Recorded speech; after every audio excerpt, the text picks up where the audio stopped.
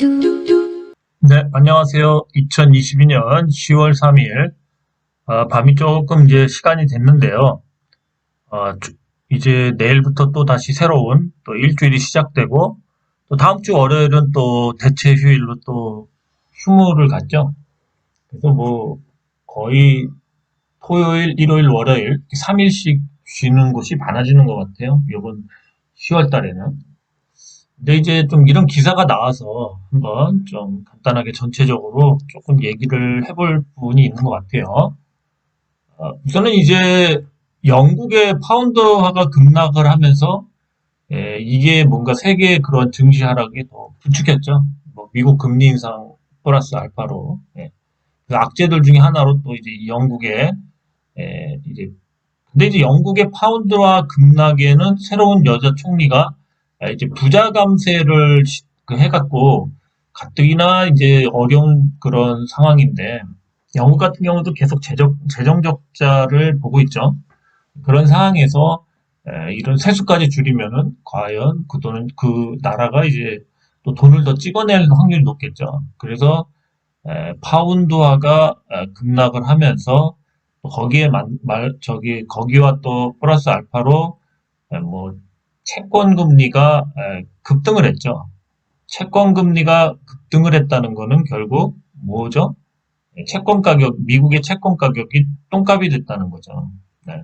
되게 거의 쇼트가 났죠. 뭐 엄청 채권 가격, 그래서 이제 에, 이제 영국 같은 경우 이제 금융 혼란이 와서 뭐 그리고 영국 같은 경우는 이 외환 보유고가 사실은 별로 없죠. 외환 보유고가 별로 없습니다. 왜 그러냐면 이제 그동안 파운드화가 좀 엔화 같이 이제 뭐좀 안전적인 그 통화로 좀 얘기가 됐었는데 이게 이제 고전적인 옛날부터 형성됐던 건데 실적으로 지금은 그 나라의 펀더멘털이 너무 깨지다 보니까 이제는 그런 개념이 다 깨져서 기축통화 같은 그런 역할을 못 하고 있죠. 그래서 이 외환이 지금 얘네들이 뭐 거의 뭐 천억 달러인가? 천억 달러 좀 넘게 있죠. 그래서 우리나라보다도 못하죠. 그 나라 규모 비해서. 그래갖고 너무 좀 한마디로 자만하다가 IMF 구제금융을 받을 상황이 올 수도 있겠다. 그런 얘기가 나와서 IMF에서도 경고했죠. 이거 부자 감세 이거 철폐하라고. 이거 세수가 그렇게 줄어들면은 한마디로 이제 그 금융 혼란이 올 확률이 높다. 채권 금리 막 오르고, 채권 발행은 막 하면 똥값 되고, 그러면서 한마디로 채권을 투매가 나올 수도 있죠. 그래서 지금 영국이 엄청 곤욕을 치렀죠. 그래서 결국, 이거를 이제 이 최고 세율 폐지, 부유한 사람들한테 낙수 효과를 노리는 거죠. 그 사람들한테 뭔가 세제 혜택을 더 줘서 부자들한테 근데 이게 이제 폐지해서 다시 세원으로 잡히니까, 세수로 잡히니까 다시 좀 안정을 찾는 분위기예요. 그래서 오늘 그렇게 뭐 많이 빠지진 않는데, 여기 보면 그렇죠. 영국 정부가 금융시장 혼란을 초래한 대규모 감세안을 발표한 지 열흘 만에 소득세 최고세율을 계획을 철회했다고 그러죠. 철회했습니다. 그래서 뭐, 조금 내용 보면은 뭐, 그런 내용이죠. 그러니까 여기 보면 뭐 영국에서 45% 세율이 적용되는 소득 구간은 성인 인구의 1%가량인 500만 명에 해당하지만 이들이 고위 소득층이라서 세입 규모는 뭐 60억 파운드, 약 9조 6천억 정도가 되는데 이걸 다 포기하겠다는 거죠. 그렇죠. 네, 그렇습니다. 그래서 이제 이거를 이제 에, 반대 소리가 굉장히 높았죠. 이런 거를 어떻게 폐지하고 국가 재정도 계속 적자나고 뭔가 그 무역 수지가 적자인 나라에서 이렇게 하면 되냐. 벌써 한 18년째 적자라고 그러는데. 그래서 이제 이런 방만한 경영, 퍼플리즘 이런 거가 이제 우리나라도 지금 똑같은 상황이죠. 그래서 이게 중요한 거예요. 이거하고 또 기사를 또 보죠. 그래서 이제 영국은 폐지했어요. 금융 안정을 위해서. 또 여기 이제 기사를 보시면 영국 감세 승부수 최악 정책이죠. 한국도 이게 똑같죠. 낙수 효과를 노리는 똑같은 그, 감세인데 그 고소득자를 감세해주는 똑같은 거죠. 종부세나 이런 거. 그렇죠? 보시면 여기 나와 있죠. 공급 확대, 부자 감세 논란 등 한국과 똑같다. 그죠? 우리나라도 이걸 철폐해야 되는데 그러면 또 주식시장에 조금 채권 시장이 안정되고 그러면서 우리나라도 채권 뭐 10년물 같은 경우도 뭐 4.44%인가? 지금 많이 올랐죠. 이게 한 3%대 왔다 갔다 하던 게. 그래서 이제 한국 같은 경우도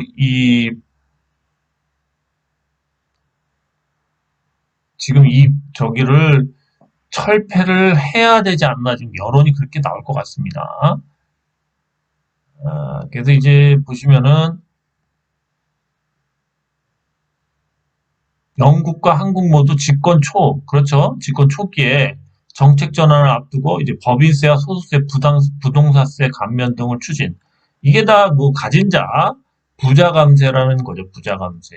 부자 감세를 다 해줬는데 결국 영국은 그래서 파운드화의 급락과 금융위기를 부추겼죠. 그래서 우리나라도 지금 이런 식으로 하면서 뭐 이런 내부적인 펀더멘털에서 이런 것도 포함이 되겠죠. 내부적으로 부자 감세 낙수 효과를 노리고 있죠, 우리나라도. 근데 이건 되게 오래된 뭔가 진짜 이명박 시대의 낡은 그런 뭔가 정책이죠. 그래서 지금 이 정권이 좀 뭔가 문제가 많죠, 사실은. 그렇죠. 네. 그래서 이제 영국도 없앴는데 과연 한국은 끌고 갈 수 있냐 이거죠. 이 선진국에서 이런 게 나올 수가 없죠. 이런 거 이제 뭐야 개발국가 같은데 개도국 같은 데서 이제 포퓰리즘을 하기 위해서 국민한테 좀 부자들한테 좀 점수 달라고 이제 그렇게 하는데 우리나라는 아직도 정치적으로는 그럼 좀 후진국이다 이런 생각이 들죠. 그래서 우리나라도 이걸 없애면 좀 주가에 좀 영향이 되지 않을까. 금융시장 안정에, 환율 우선 안정에 좀 도움이 될 것 같습니다. 개인적인 견해로. 네, 그렇습니다. 그 다음에 좀 얘기할 거는 지금 이제 미국은 통화 스왑을 안 해주고 있죠. 아직까지 그런 뭐 해줄 정도는 아니고, 또 우리나라는 또 약간 조금 뭐랄까, 조금은 경제 규모나 이런 위치로 봤을 때 약간은 좀 변두리죠. 사실은. 그렇죠? 미국이 봤을 때. 우선은 이제 국민연구하고 통화 스와프, FX 스왑을 하고 있죠. 이제 체결하려고 그러죠. 네, 체결하려고 그러는데, 이 내용은 이제 국민연금이 갖고 있는 해외 자산, 달러 자산들과 위급할 때 스와프를 하자. 뭐 그런 얘기입니다. 우리나라 이제 기본적인 외환 보유고는 현재 대충 4,300억 달러, 4,300억 달러 정도 됩니다. 계속 줄어들고 있죠. 네, 그렇죠. 그래서 이제 9번째 규모가 돼요. 세계에서 9번째 홍콩 다음입니다. 그래서 4,300억 달러 정도 되고요. 이제 통화 스와프를 이제 추진을 하고 있습니다. 그래서 이게 이거죠. 여기 보시면 뭐 주요 내용은 이겁니다. 이번 통화 스와프 성사로 국민연금은 한국은행에 원화를 제공하고 외환보유고를 통해 달러로 해외 투자로 나눌 수 있게 됐습니다. 그러니까 결국 뭐 이 100억 달러 통화 스와프인데 100억 정도를 통화 스와프 한다는 겁니다. 근데 100억 정도 통화 스와프를 해서 과연 이제 지금 에, 우리나라 외환 보유고를 보면 저 4,300억 달러 중에서 어, 이 바로바로 달러 쓸 수 있는 현금성 자산은 한 달러는 5%가 돼요. 5%. 나머지 95%는 유가증권이라서 뭔가 바로 이렇게 뭐 채권이나 그런 거예요. 그래서 바로 현금화가 안 돼요. 그래서 이 4,300억 달러의 5%면은 그게 대충 어느 정도가 되냐면 어, 2,150억이에요. 2,150억. 215억 달러예요. 215억 달러. 그래서 우리나라가 현금으로 쓸 수 있는 215억 달러예요. 근데 요거가 기사가 나왔는데 이게 거의 다 소진돼서 지금 거의 제로예요, 제로. 그래서 이제 급하게 이런 국민연금과 미국과는 스왑을 안 해주니까 이제 국민연금과 스왑을 한 거죠. 구두 개입도 한 거고. 그래서 이제 근데 이제 이 100억 달러라는 그 금액이 사실은 한 달에도 다 쓸 수 있어요. 지금같이 환율이 오르면. 그래서 이게 지금 우리나라 어쨌든 국민연금이 뭔가 이제 우리나라 이제 만약에 외환 위기가 와서 그럴 때 이제 한마디로 해서 구원투수가 될 수 있다 그런 얘기를 하는 분들도 있는데 사실 현실적으로 이 100억 달러 역시 100억 달러 정도의 수합을 하는 거지만 국민연금이 이제 외화성 자산은 또 한 2천억 원이 돼요, 2천억. 근데 여기도 역시 이 2천억 원의 구성은 한 1.2% 정도만 그 현금성 자산이고 나머지는 뭐 해외 투자나 뭐 이런 채권 형태로 있고 유가증권이라고 대체 투자도 한 거고. 그래서 사실은 현금화 할 수 있는 돈이 거의 뭐 한 이 정도도 안 되죠. 한 대체 30억 정도? 바로바로 현금화 할 수 있는 거. 나머지는 뭐 해외 주식을 정리하거나 뭐 이런 식으로 해서 해야 된다는 거죠. 그래서 지금 국민연금이 근데 지금 물려있죠. 국민연금도 해외 투자한 게. 대체로 해외 투자를 지금 해서 대충 마이너스 8% 정도의 수익률이 지금 나고 있기 때문에 국민연금도 해외 투자 2천억이 뭐 이게 그대로 있다는 것도 좀 그래요. 재평가하면 아마 2천억이 안 될 거예요. 2천억 달러가. 그런 상황입니다. 그러니까 우리가 제일 필요한 건 뭐죠? 현찰이죠. 현찰 이렇게. 근데 현찰 우리나라가 갖고 있는 현찰도 현재 0.5% 정도인데 그것도 계산해 보니까 지금 현재 200 한 뭐 이것저것 합치면 줄은 게 한 260억 정도 되거든요. 그래서 어차피 이건 거의 우리나라 외환부유액의 현찰은 제로일 거예요, 제로. 이게 그 도시락 폭탄처럼 그 환율 방어에 계속 쓰인 거죠. 그죠? 예. 그 환율 찍어 놓으려고 개입해 갖고 찍어 놓은 거죠. 그래서 결국 우리나라에서 이제 국민연금이 와도 이 100억 정도 만들 수가 있는데 100억 달러 정도 이것도 한 달치 정도밖에 안 된다는 거예요. 지금 같은 환율 그 속도로는 상승 속도로는 그래서 국민연금이 이 구원투수를 하기에는 좀 역부족이다. 그리고 또 기사 하나를 더 보여드릴게요. 네, 그리고 우리가 또 이제 좀 참고해서 봐야 될 거는 이런 각종 연기금 있죠. 우리나라는 이제 대표적인 국민연금 있죠. 이 국부펀드들도 큰 손들도 지금 위기.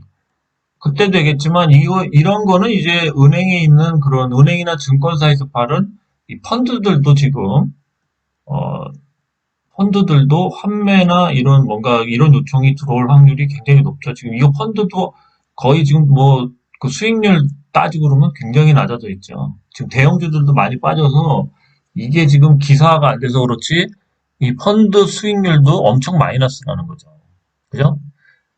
그래서 뭐 영란은행 100조 원 규모 국채 매입 주요 원인은 이제 연기금의 이뭐 마진콜도 나왔다 뭐 이런 얘기들이 나올 정도죠. 그 영란은행이 국채를 100조 원 정도를 매입한 데서 해서 좀 뭔가 안정화시키려고 그러죠. 네. 근데 이제 다행히 그나마 좀 뭐야 부자 감세를 철회해서 그나마 좀 나은 거죠. 노르웨이 투자청은 중국 투자공사의 운영자산 세계 1위 대조. 한국투자공사 역시 두 자리 손실률. 국민연금 마이너스 4.69%. 뭐 이렇게 나와 있어요. 올해로 봤을 때는, 전체로 봤을 때는 한 마이너스 8% 정도의 수익률을 내고 있답니다, 현재. 전체 수익을 봤을 땐 그렇고요.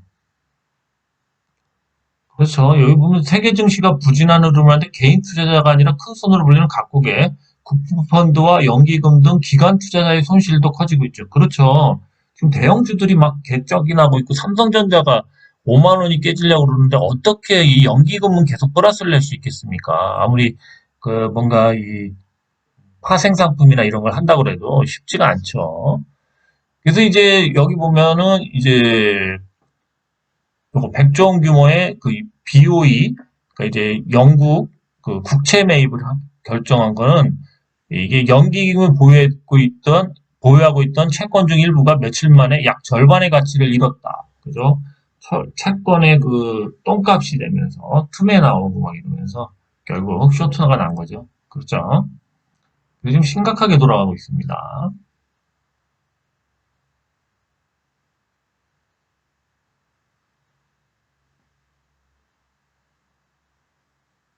우리나라 국부펀드인 한국투자공사 KIC 역시 올해 상반기 13.8%의 손실을 기록하며 부진하고 있다. 8월 말 기준으로 약 41조 수준의 투자 손실. 엄청나네요. 그죠? 개인들하고는 차원이 다르죠. 900조 가량의 자산을 굴리는 국민연금 역시 7월 말 기준 마이너스 4.6%의 운영 수익률을 기록. 상반기까지 8%에 약화됐던 수익률을 많이 개선했네요. 원래 마이너스 885가 공식이었는데 지금 마이너스 4.69까지 많이 그래도 복구를 했습니다. 국민연금은 대단하네요. 그죠? 근데 국민연금은 뭐죠? 돈이 계속 들어오고 있고 또 지금 이제 근데 나가는 돈들도 꽤 많죠. 그렇죠? 계속 연금을 줘야 되니까 계속 수익을 계속 내야 되는 상황입니다. 이렇게 마이너스로 운영되면 좀더 고갈될 확률이 더 빨라지겠죠. 그죠? 그래서 더 위험한 거죠. 그렇습니다. 근데 이런 상황인데 지금 만약에 뭐 이런 상황인데 그래서 뭐야 아까도 봤지만 뭐 FX 수합을 통해서 뭐 국민 연금하고 한국은행이 그런 뭔가 외화 그런 수합을 한다고 그래도 만만치가 않고 그 국, 국민연금이 갖고 있는 현금도 한 1.2%밖에 안 됩니다. 총 자산에. 그래서 역시 그렇게 뭐 한 30억 정도 되는 거죠. 30억. 30억 달러. 그래서 그거 가지고 뭐 100억 달러를 만들려면 국민연금에서도 뭔가 채권을 팔든 주식을 팔든 그런 거를 정리를 해야 된다는 거죠. 결과적으로 손절이죠, 손절. 근데 그게 그렇게 쉬울지는 모르겠어요. 그렇습니다. 그래서 안전장치가 될 수는 없어요. 어쨌든 환율이 올라가다 잠깐 눌림목을 줬다가 다시 가는 요 정도의 역할을 할 수밖에 없습니다. 그러니까 이 환율 상승에서 뭐 시장 개입이나 이런 걸 통해서 이 환율의 상승을 막은 적이 거의 없어요. 그렇죠? 어쨌든 그 펀더멘탈의 문제를 지금 뭐 시중 지금 채권 가격을 봐도 에, 저 기준금리 자체는 미국이 많이 올라 있죠. 근데도 채권 금리는 우리나라가 미국보다도 지금 더 올라가고 있죠. 채권 가격이. 이건 뭐죠? 우리나라 채권 가격이 떨어진다는 거죠. 이 금리를 더 준다는 거는. 그거는 결국 우리나라 채권을 누군가 투매를 한다는 거죠. 계속 던지고 그런다는 거죠. 그래서 우리나라 채권 가격이 그렇게 떨어지는 이유는 그만큼 우리나라의 또 뭐죠? 이 채권 가격이 떨어지면서 이 금리는 올라가죠. 그러면은 이게 시중에 있는 그런 시중 금리를 자극하죠. 그래갖고 그 시중 금리가 계속 올라가는 거예요. 그러니까 우리가 기준 금리가 지금 2.5%라고 그래도 시중 금리는 이것보다 훨씬 높은 한 4%나 이 정도대 형성돼 있죠. 그죠? 4%나 그 이상도 되고 그렇죠? 그래서 시중 금리가 계속 올라가는 이유가 그거예요. 그럼 미국이 기준금리가 얘네는 3.59, 우리나라 같은 경우가 2.5잖아요. 그죠? 예. 3.25인가요? 하여튼 그렇죠. 하여튼 이렇게 됐는데 얘네가 그러면은 더 채권 금리가 올라가야 되는데 우리나라 채권 금리가 더 올라간다는 건 우리나라가 그만큼 더 리스크를 안고 있다는 거예요. 부실하다는 거예요. 그래서 우리나라도 이걸 빨리 잡아야 되죠. 그렇죠? 굉장히 위험한 거예요. 이게 채권이 망가지면 또 이런 심각하죠. 그래서 영국에서도 오죽하면은 그런 법도 처리하고 또 여기 보시면은 연기금의 이런 영국도 연기금의 부실체 연계 투자라는 이걸 통해서 100억 100억 달러를 투입할 정도로 이 레버리지 투자를 해왔다. 그렇죠. 그래서 이것 때문에 계속 절반밖에 안 남았다 이거죠. 그래서 연기금이나 이런 게 손해를 볼 때는 어쩔 수 없이 채권 발행을 해서라도 돈을 땡겨와서 막아야 되는 상황인 거죠. 영국이 심지어 구제금융을 받을 뻔했죠, 이번에. 그렇습니다. 전에도 소개했던 이 기사가 있습니다. 이 기사는 내용이 그렇죠. 블룸버그에서 나온 기사죠. 킹달러와 위안화 폭락, 아시아 금융위기 촉발이라는 한마디로 이제 이 블룸버그라는 월가를 대표하는 매체죠. 이런 데서 이제 이렇게 언론사나 이런 데로 기사를 내주면 이걸 다 받아서 적죠. 얘네들이 결국 한마디로 세계에다가 뭔가 지시를 내리듯이 이렇게 위험하다 그런 걸 막 자기네들이 이제 정해주죠. 그죠? 그래갖고 얘네들이 뭔가 그런 작업들을 한다. 그렇게도 표현할 수 있고 뭔가 하여튼 자신들이 너네는 여기 위치야 하면서 이렇게 정해주는 느낌이 있어요. 그래서 항상 블룸버그를 통해서 경고장을 날리듯이 금융자본이나 뭐 이런 산업자본이 아닌 금융자본들은 이 블룸버그 통신을 많이 이용한다는 거죠. 여기서 보면 이 유명한 거죠. 요 내용이요. 그죠? 뭐냐면은 이제 그 맥컬리의 한 전략가는 엔화와 위안화 가치가 모두 하락할 때 가장 취약한 통화는 한국 원화, 필리핀 페소, 그리고 태국 바트화 이렇게 세 군데. 그러니까 블룸버그 월가에서 정해준 거예요. 우리나라 통화는 저기 뭐야 한국의 지금 환율 그러한 펀더멘탈은 에, 필리핀 페소하고 한국의 원화하고 필리핀 페소하고 태국의 바트화. 그러니까 니네는 태국하고 필리핀하고 같은 라인이야.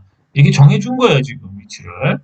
자, 그럼 여기서 과연 한국과 필리핀과 저기 태국의 환율 차트는 우리가 안 봤잖아요. 뭐 한번 환율 차트를 보면서 과연 이 나라 중 세 나라 중에선 또 라인이 같아요. 우리가 지금 이 환율이나 이런 걸 봤을 때는 필리핀과 태국과 같은 경제 상황이라고 봐도 돼요. 근데 그랬을 경우 또 그 안에서 한번 순위를 매겨보자고요. 먼저 태국 환율을 보죠. 1개월짜리, 3개월짜리, 1년짜리, 자, 1년짜리, 3년짜리, 10년짜리, 10년짜리로 보죠, 길게. 뭐, 물론 20년 정도 보는 것도 좋은데, 우선 10년짜리, 여기 안에 있는 것만 보자고요. 그러면 이제 지금 태국의 이, 뭐야, 저, 환율은 아직도 옛날에 경제 위기나 막 이럴 때 고점을 못 넘고 있죠. 그래서 아직까지 얘네는 그래도 이런 고점들을 안 넘고 있기 때문에 괜찮은 거예요. 그죠? 괜찮죠? 예, 이 정도면 괜찮습니다. 태국 아직도 이만큼 남았죠? 예, 이때 막 저기 뭐야 위기 때도 아직 안 간 거예요. 그렇죠? 태국은 이래요. 10년짜리가. 자, 그렇죠? 그러면 또 한번 그 저기 태국 말고 필리핀을 한번 보죠. 자, 필리핀 환율도 한번 차트를 보죠. 3개월, 1년, 3년, 10년. 10년 보면, 보시면 아시겠죠? 이게 위기였을 때 이런 차트들인데, 여기도 안 찍고 있죠? 이제 여기 전번 고점 요거 뚫으려고 그러죠? 그러니까 이거를 봐도, 제일 위험한 나라, 제일 안 위험한, 현재까지 그래도 그나마 조금 세 나라 중에서 필리핀이 좀 덜 위험하고, 그 다음에, 어디였죠? 필리핀 다음에 태국, 그죠? 태국이고요. 그 다음이 어디죠? 예, 한국. 한국이 제일 위험해요. 한번 10년 차트로 한번 보실까요? 또. 자, 우리나라 차트를 보세요. 한번 보시면, 자, 한번 보세요. 1일, 3개월, 1년, 3년, 10년. 예, 보시죠. 10년 보시면, 이걸 다 뚫었잖아요, 이거. 그죠? 아주 멋지게 뚫었죠? 기울기도 한번 보십시오, 기울기도. 예? 기울기도 보시면은, 지금 뭐야, 우리나라가 제일 위험하죠. 예, 그 세 나라, 태국하고 필리핀하고도 같은 라인인데 이 나라들보다도 한국이 지금 자체적인 펀드멘탈 지금 뭐야 원유값도 떨어지고 있는데 인플레가 뭐 우크라이나 러시아 전쟁 때문에 원유값이 올라서 지금 원유값 많이 떨어졌어요. 예, 결국은 자체적인 아까 부자 감세 같은 그런 요인 플러스 막 해서 내부적인 문제부터 외환 보유고부터 해가지고 다 막 플러스 해보고 또 무역 수지, 뭐야, 적자부터 막 다 더하다 보면은 빚 같은 거, GDP 대비 빚이나 뭐 이런 거, 그런 거 다 더하면 우리나라가 펀드멘탈이 한국 원화가 제일 떨어진다. 그래서 우리나라는 지금 풍전등화, 사자성어, 풍전등화예요, 풍전등화. 네? 그러니까 블룸버그 형들이 정해졌어. 미국 형들이 니네는 태국하고 필리핀하고 환율이 똑같은데 니네는 거기서도 제일 위험한 놈들이야. 이것까지 얘기는 안 해준 거예요. 우리는 지금 풍전등화에 있다. 그래서 제가 종목들을 많이 해주고 싶은데 요 얘기까지는 해줘야 될 것 같아서 한번 쉬는데 한번 뭐 일반 저기를 위해서도 이 정도까지는 뭐 또 새로 또 영국이 또 그런 부자 감세를 또 하면서 환율도 방어하고 또 채권 시장 안정을 하기 위해서 또 그런 일을 했네요. 우리나라는 풍전등화다, 풍전등화. 태국, 필리핀, 한국과 지금 똑같다. 미국에 있는 브라운이나 이런, 존슨, 이런 형들이 봤을 때, 우리나라는 태국과 필리핀이 똑같은 라인 정도 수준인데, 거기서도 꼴찌야. 그래서 이제 조만간 지붕이, 뚜껑이 열려 있어요. 그렇습니다. 그리고 정책도 없고, 하여튼 뭐 나라 팔아먹을 놈들밖에 없고 지금 상황이 되게 웃기게 돌아가고 있습니다. 그래서 달러 해지는 꼭 필요하다. 그리고 환율이 더 이상 급등한다면 만약에 뭐 이러한 그 국민연금과의 FX 수합을 통해서 잠깐 누를 수는 있지만 그 잠깐 누르면 그 다음엔 더 많이 올라간다. 그래서 빅쇼트가 11월에 나올지 12월에 나올지 지금 알 수 없다. 10월에 나올 수도 있겠지만 저는 11월이 되게 위험하다고 봐요. 그리고 우리나라 금리 인상을 과연 몇 프로 하냐? 금리 인상을 많이 하면은 1% 정도 한다면 환율은 떨어지겠죠. 그 대신 이 빚쟁이들이 난리를 칠 겁니다. 난리를 칠 거예요. 근데 뭐 저도 빚이 좀 있겠죠. 어쨌든 빚쟁이들이 저 같은 사람부터 다 힘들어지면서 어쨌든 또 다시 침체가 오고 또 부실이 더 커지면서 수면 위로 올라올 수 있는 그런 여건을 만들겠죠.